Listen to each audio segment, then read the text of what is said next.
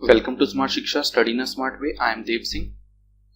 हम क्लास 12 की accountancy start करने जा रहे हैं। मैं आपको ये बताना चाहता हूँ कि यह क्लासेस लेटेस्ट सेशन ईयर 2020-21 के अकॉर्डिंग बनाई जा रही हैं। जो एग्ज़ाम मार्च 2021 में होने वाले हैं उन एग्ज़ाम्स के लिए यह वीडियोस रेलेवेंट है। सो इन दिस क्लास हम क्या करने जा रहे हैं? एनपीओ। हम एनपीओ स्टार्ट करेंगे। सबसे पहले हर स्टूडेंट के मन में यही आता है कि यह चैप्टर कितने मार्क्स का है और इसमें से कितने क्वेश्चन एग्जाम में आते हैं। तो चलिए डिस्कस करते हैं। एनपीओ आपका फर्स्ट चैप्टर है। आपकी क्लास 12 अकाउंटेंसी का फर्स्ट चैप्टर एनपीओ है और इसकी वेटेज 10 मार्क्स की है। जैसे कि आपको पता है आपका 80 मार्क्स का एग्जाम होगा, तो 80 मार्क्स में से 10 मार्क्स का सिर्फ इसी चैप्टर से आएगा जो कि 12.5% के बराबर है। So non profit organisation is the first chapter of CBSE class 12 accountancy subject. The weightage of this chapter is 10 marks out of 80 marks, that is 12.5%। अब इस चैप्टर पे कितना टाइम डिवोट करना चाहिए? तो एज पर CBSE syllabus 25 periods are required for this chapter। 25 periods devote करने चाहिए इस चैप्टर पे। ये सीबीएसई के सिलेबस में लिखा हुआ है। अब कौन से पीरियड, यानी कि जो हम ट्यूशन की क्लास अटेंड करते हैं वो, या फिर जो हम स्कूल में पीरियड अटेंड करते हैं वो।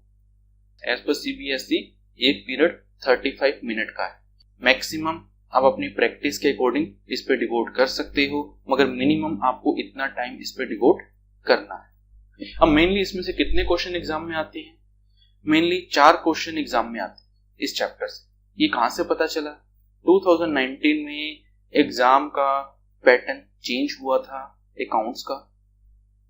जो 2019 मार्च 2019 का जो एग्जाम हुआ था, हमने उसको एनालाइज किया और फाइंड आउट किया कि इस चैप्टर से 4 क्वेश्चन एग्जाम में आए थे। तो उसके बेस पर हम कह सकते हैं इसमें से 4 क्वेश्चन आए। वो 4 क्वेश्चन कैसे थे? 2 क्वेश्चन 1 मार्क्स के थे और 2 क्वेश्चन 4 मार्क्स के थे। 2 क्वेश्चन 1 मार्क्स के थे जो कि short answer type question.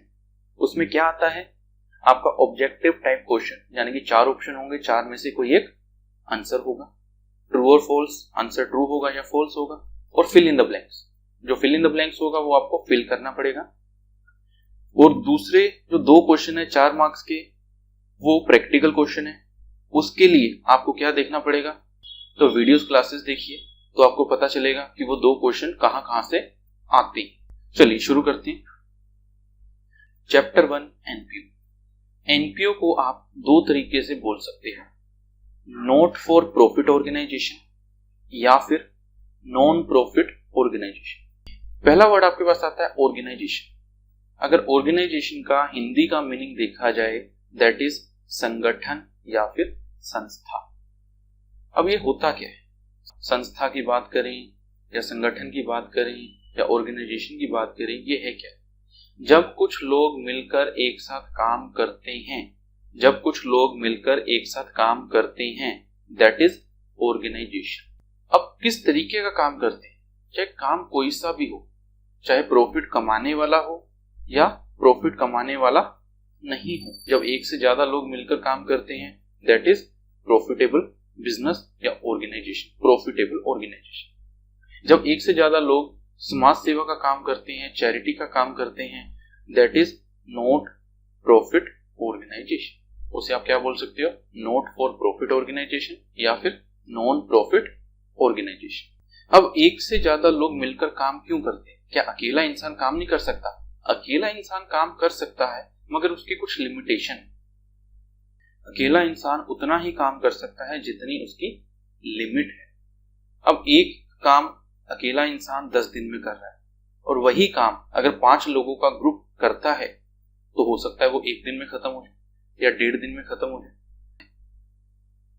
An organization is a group of people who work together। Organisation क्या है? ऑर्गेनाइजेशन एक ग्रुप ऑफ पीपल है जो एक साथ मिलकर काम करते हैं। Organisation exist because people working together can achieve more than a person working alone. तो ऑर्गेनाइजेशन तभी एग्जिस्ट करती हैं जब लोग मिलकर कोई काम करते हैं तो वो जल्दी से टारगेट को अचीव कर लेते हैं, और जो अकेला इंसान काम कर रहा होता है वो उतनी जल्दी से उस टारगेट को अचीव नहीं कर पाता। अगला आपके पास आता है व्हाट इज एनपीओ। अगर एनपीओ की बात करें तो NPOs are those organisation which are formed not to earn profit. तो एनपीओ वो संस्थाएं हैं जो प्रॉफिट कमाने के लिए काम नहीं करती। एनपीओज वो संस्थाएं हैं जो प्रॉफिट कमाने के लिए काम नहीं करती। This is a half meaning of NPO. Half meaning हम आगे बात करेंगे। So NPOs are those organisation which are form not to earn profit. वो प्रॉफिट कमाने के लिए काम नहीं करती। अगर कोई एनपीओ प्रॉफिट कमाने के लिए काम नहीं कर रहा तो क्या वो लॉस कमाने के लिए काम कर रहा है? सोचने वाली बात है। अगर कोई एनपीओ प्रॉफिट अर्न नहीं करना चाहता तो क्या वो लॉस अर्न करना चाहता है? Answer is no. वो लॉस भी अर्न नहीं करना चाहता। तो क्या करना चाहता है?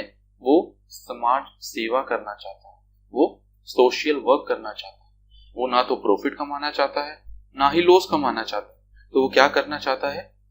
समाज सेवा। अब आगे आता है एग्जांपल्स ऑफ एनपीओ। सबसे पहले आपके पास आता है hospitals which rendered medical facilities. तो चैरिटेबल हॉस्पिटल्स हो गए। फिर अपने पास आता है libraries which provide knowledge to public. तो कई एरियाज में पब्लिक लाइब्रेरीज बनी हुई हैं, वहां पर लोग जाते हैं, रीडिंग करते हैं, लर्निंग पावर इंक्रीज करते हैं, नॉलेज गेन करते हैं। ये मैक्सिमम फ्री ऑफ कॉस्ट है। अगर कहीं कॉस्ट है भी तो बहुत नॉमिनल है, बहुत नाम मात्र है, जो बहुत कम है।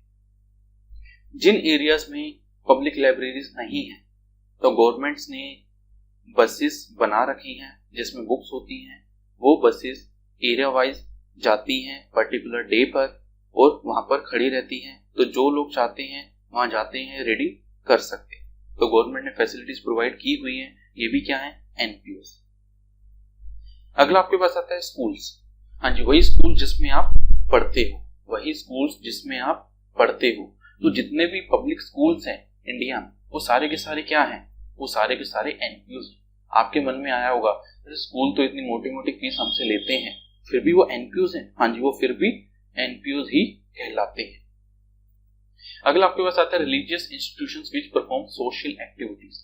तो इंडिया में जितने भी रिलीजियस इंस्टीट्यूशंस हैं, चाहे मंदिर है, गुरुद्वारा है, या मस्जिद है, या चर्च है, वो सारे के सारे क्या है?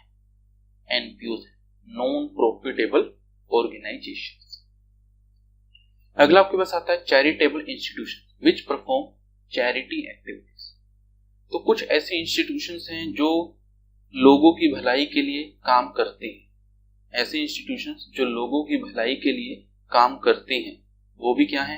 NPO, non profitable organisation. फिर अगला आता है a literary society promotes art and culture. तो ऐसी संस्थाएं जो अपनी कला को, अपनी संस्कृति को प्रमोट करें वो भी क्या कहलाती हैं?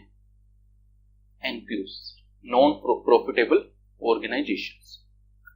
फिर उसके बाद आता है association for to protect the right of its member. तो ऐसी एसोसिएशंस जो अपने मेंबर्स का राइट प्रोटेक्ट करती हैं वो भी क्या है? एनपीओ। जैसे बार एसोसिएशन ऑफ इंडिया, ये क्या है? जितने भी हमारे एडवोकेट्स हैं उनकी एक काउंसिल है, एसोसिएशन है। अगर गवर्नमेंट जो एडवोकेट्स के अगेंस्ट होता है तो एडवोकेट्स की ये काउंसिल या संस्था, एसोसिएशन उनके राइट्स को प्रोटेक्ट करने के लिए सामने आती है। तो उसी तरह से अगर लेबर्स के खिलाफ कुछ गलत होता है तो हमारी जो लेबर यूनियंस हैं इंडिया की, वो किस लिए बनाई गई हैं? अपने लेबर्स के राइट को प्रोटेक्ट करने के लिए। तो वो लेबर्स के राइट के लिए खड़ी हो जाती है। तो ये भी क्या कहलाती हैं? ये भी एनपीओ ही कहलाती है। अगला हमारे पास आता है क्लब्स। अब क्लब के आते ही दिमाग में क्या आता है? Disco club, casino.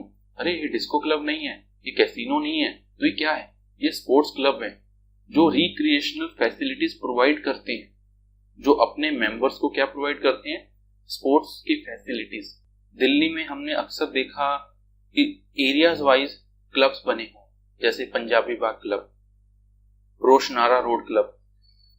उनके मेंबर्स हैं, वो अपने मेंबर्स को स्पोर्ट्स की फैसिलिटीज प्रोवाइड करते हैं।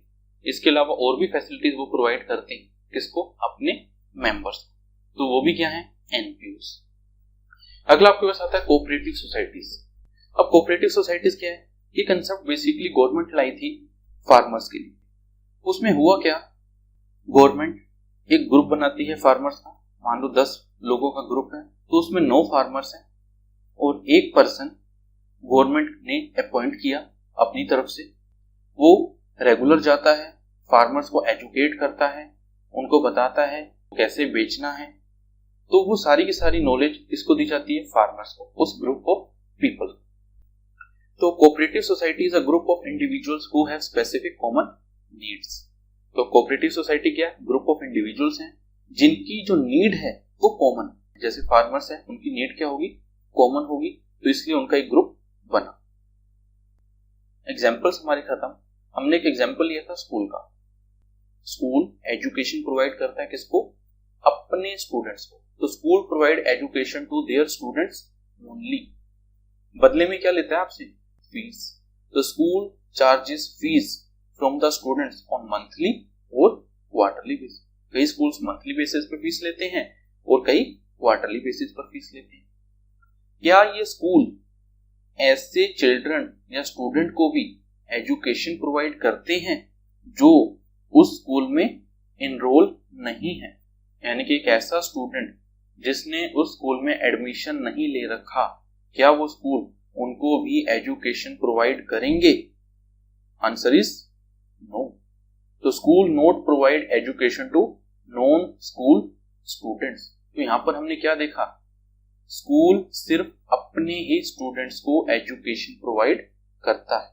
तो स्कूल एक ऐसा ऑर्गेनाइजेशन है जो सिर्फ अपने मेंबर्स को, यानी कि अपने स्टूडेंट्स को एजुकेशन प्रोवाइड करता है। It means school provide services to their members, यानी कि स्टूडेंट्स ओनली। तो स्कूल एक ऐसा ऑर्गेनाइजेशन है जो सिर्फ अपने ही मेंबर्स को एजुकेशन प्रोवाइड करता है। अब हम दूसरी तरफ देखें तो जो रिलीजियस इंस्टीट्यूशंस हैं जो कि सोशल एक्टिविटीज परफॉर्म करते हैं, वो क्या करते हैं?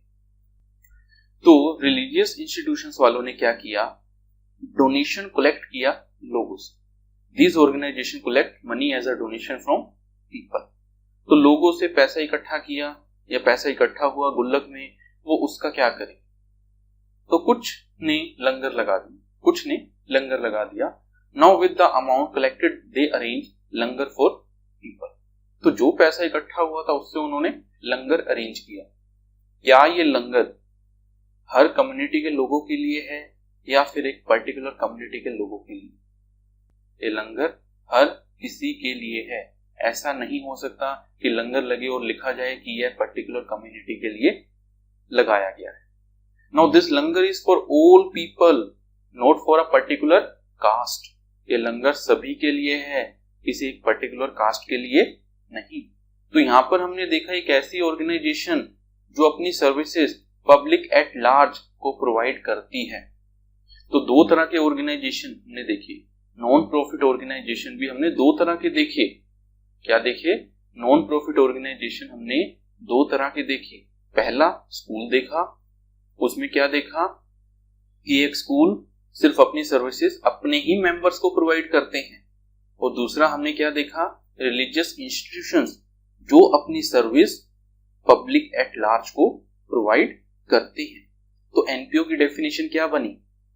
हमने पढ़ा था NPOs are those organisation which are form not to earn profit. NPOs वो संस्थाएं हैं जो प्रॉफिट के लिए काम नहीं करती, but with an aim to rendering services to its member and to the public at large. मगर उनका मकसद क्या है? अपनी सर्विस देना। किसको? अपने मेंबर को या फिर पब्लिक एट लार्ज को। डिपेंड करता है ऑर्गेनाइजेशन कैसा है, यानी कि वो स्कूल है या रिलीजियस इंस्टीट्यूशन है।